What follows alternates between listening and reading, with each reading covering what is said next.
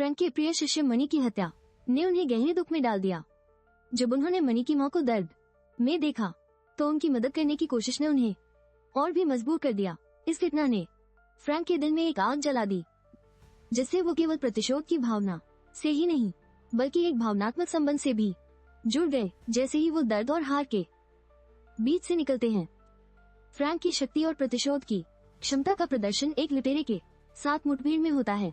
उस दिन उन्होंने अकेले ही सभी लुटेरों का सामना किया और उनके खिलाफ अपनी अनोखी रणनीतियों के साथ विजय प्राप्त की। यह घटना दर्शाती है कि कभी कभी अकेले रहकर भी हम कितनी बड़ी चुनौतियों का सामना कर सकते हैं। लेकिन कहानी यहीं खत्म नहीं होती। फ्रैंक अपने शिष्यों को एक महत्वपूर्ण सबक सिखाते हैं, ये चेतावनी देते हुए कि वे अवैध कामों में शामिल न हो। यह केवल उनके प्रतिशोध की तैयारी का एक महत्वपूर्ण हिस्सा है, बल्कि यह भी साबित करता है कि फ्रैंक अपनी जिम्मेदारियों को कितनी गंभीरता से लेते हैं। फ्रैंक की चतुराई भी विशेष रूप से नजर आती है जब उन्होंने एक मेज पर रखे एस्ट्रे का इस्तेमाल करके दुश्मन को हराया। इस क्षण में उनकी बुद्धिमत्ता और साहस ने न केवल दुश्मनों को चौंका दिया बल्कि छोटे से साधन का प्रभावी उपयोग भी दर्शाया। हालांकि दुश्मनों ने फ्रैंक के साथ बुरा व्यवहार किया, लेकिन वह कभी हार नहीं मानते हैं। उनकी दृढ़ता उन्हें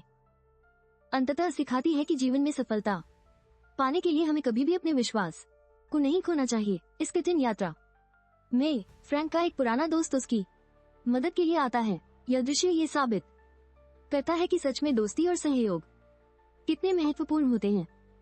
खासकर संकट के समय में दोस्त की मदद से फ्रैंक ने फिर से हिम्मत जुटाई और आगे बढ़ने का साहस किया। फ्रैंक और उसके साथी एक पुराने वाहन में यात्रा कर रहे थे जो अचानक खराब हो जाता है। इस स्थिति में उन्हें पैदल चलने का निर्णय लेना पड़ा, जो उनकी साहसिकता और परिस्थिति के प्रति उनके अनुकूलन की क्षमता को दर्शाता है। यात्रा के दौरान उनका सामना एक युवा व्यक्ति से होता है जो शुरुआत में उन्हें अपमानित करता है, लेकिन जैसे जैसे कहानी आगे बढ़ती है वो व्यक्ति सब कुछ बता देता है और वहाँ एक नया मोड़ आता है जिससे कहानी में नया तनाव जुड़ता है। एक विस्फोट के कारण फ्रैंक और उसके साथी किसी चमत्कार से बच जाते हैं जो कि जैक की प्रतिशोध योजना का एक अनिवार्य हिस्सा था। यह घटना दर्शाती है कि कैसे किस्मत और सूझबूझ कभी कभी एक व्यक्ति को संकट में से बचा सकती है। कहानी में मुख्य पात्रों के बीच का टकराव और जिज्ञासा एक नई दिशा में बढ़ता है। यहाँ एक दूसरे पर विश्वास करना चुनौतीपूर्ण हो जाता है और हर पात्र के मन में सवाल उठने लगते हैं, जिससे माहौल और भी तनावपूर्ण हो जाता है। फिर कहानी में एक महत्वपूर्ण मोड़ आता है जब एक पात्र अपने दुश्मन के पीछे की सच्चाई को उजागर करता है। यह खुलासा न केवल घटनाओं का क्रम बदल देता है बल्कि कहानी में नाटकीय तनाव भी जोड़ता है। आखिरकार पात्र एक योजना बनाते हैं जिससे वे अपने प्रतिकूल परिस्थितियों का सामना करने के लिए साहसी कदम उठाते हैं। इस सिनेरियो में दृढ़ता और समर्पण का एक नया स्तर दिखाई देता है जो दर्शकों को दंग कर देता है।